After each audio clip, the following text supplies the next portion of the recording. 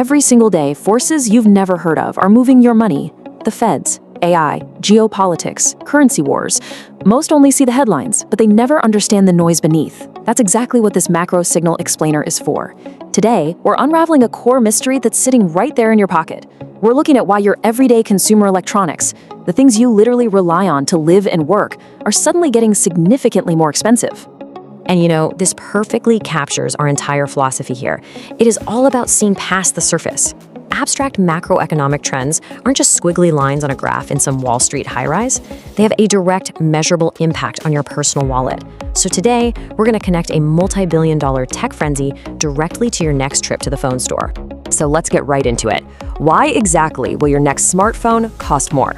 We all know inflation is a massive buzzword right now, but the reality behind the price tag of your next device is actually far more fascinating and honestly a bit more alarming than just simple inflation.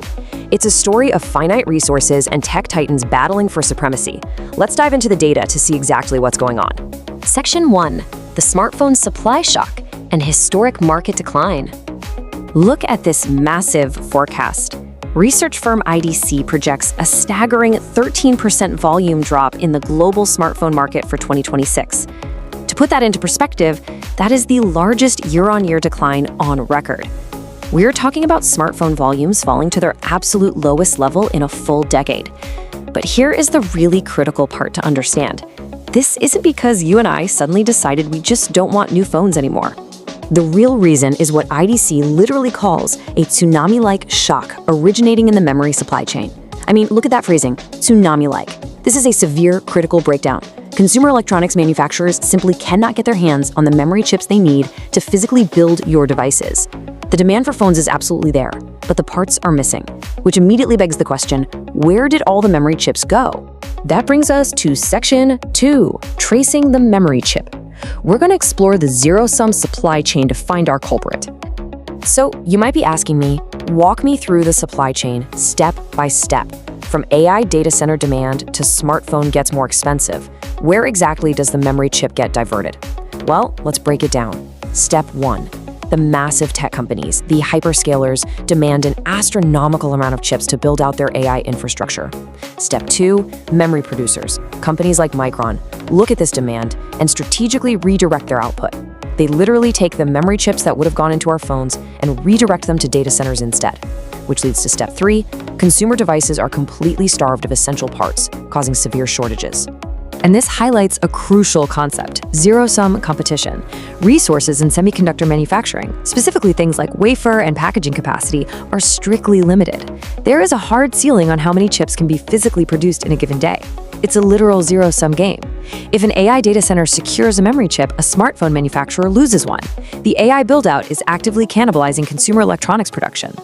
So why do the chip makers do this? Well, it all comes down to margins. On one side, you have high-margin AI data centers. We're talking massive, incredibly lucrative contracts. On the other side, you have low-margin consumer electronics, the cheaper chips used in our phones and PCs. If you're a company like Micron, naturally, you're going to prioritize those high-margin data center customers, right? It's simple economics, but it is entirely redrawing the global supply chain map. And here is where it directly hits your wallet. Deloitte's 2026 Semiconductor Industry Outlook projects that this specific supply crunch, this zero-sum game we just talked about, will cause the prices for these essential memory components to spike by 50% by mid-year. 50%. When the cost of a core component skyrockets that drastically, phone manufacturers can't just magically absorb it. That cost gets passed directly down to you, the consumer. All right, let's move to our final section, the 2026 tech sell-off, and look at the broader macroeconomic fallout of this whole situation. To truly grasp the scale of this disruption, you have to follow the money. The sheer weight of this spending is bending the entire tech sector out of shape. According to the Stanford AI Index, global corporate AI investment in the past year was over $580 billion. And looking ahead, Deloitte estimates hyperscaler AI spending this year alone will hit a staggering $650 billion. We're talking about over $1 trillion being poured into AI. This is the massive gravitational pull that is sucking up all the memory chips and completely starving the smartphone market. But here's the catch. This kind of concentrated frenzy creates incredible fragility. Let's trace the timeline of what happened in early June of 2026. On June 3rd, custom AI chip designer Broadcom released their earnings. Now, they beat expectations, but they issued a surprisingly cautious Q3 AI chip guidance, $16 billion instead of the expected $17.2 billion. The very next day, June 4th, broader macro fears kick in. Oil prices surged past $84 a barrel due to Middle East tensions, stoking major inflation fears, and the Nasdaq fell over 4%. By June 5th, this perfect storm triggered a massive, concentrated sell-off across the entire major semiconductor sector. And the resulting bloodbath was severe. We aren't talking about small startups here. These are the absolute titans of the industry. AMD plummeted 10.86%. Intel dropped 11.28%. But look at Micron, down over 13% around its June 24th earnings report. Remember, Micron is the company heavily involved in those memory chips we've been tracking. Their 13% plunge perfectly captures Wall Street's sudden panic. Investors looked at that cautious Broadcom guidance, they looked at the zero-sum supply chain bottlenecks, and they started wondering if this massive AI investment cycle was actually sustainable. Which brings us to this incredibly telling quote from Mark Vena, the CEO of Smart Tech Research. He noted, "The market is trying to kind of digest all this and saying, are we going to start to see returns?" Guys, this is the textbook definition of buyer exhaustion. We've seen hundreds of billions of dollars poured into AI, cannibalizing the consumer electronics supply chain, causing phone shortages and spiking memory prices by 50%. Now, the market is taking a huge pause and asking the terrifying trillion-dollar question, is the payoff actually going to be worth the massive disruption? So the crucial point we're left with today is this.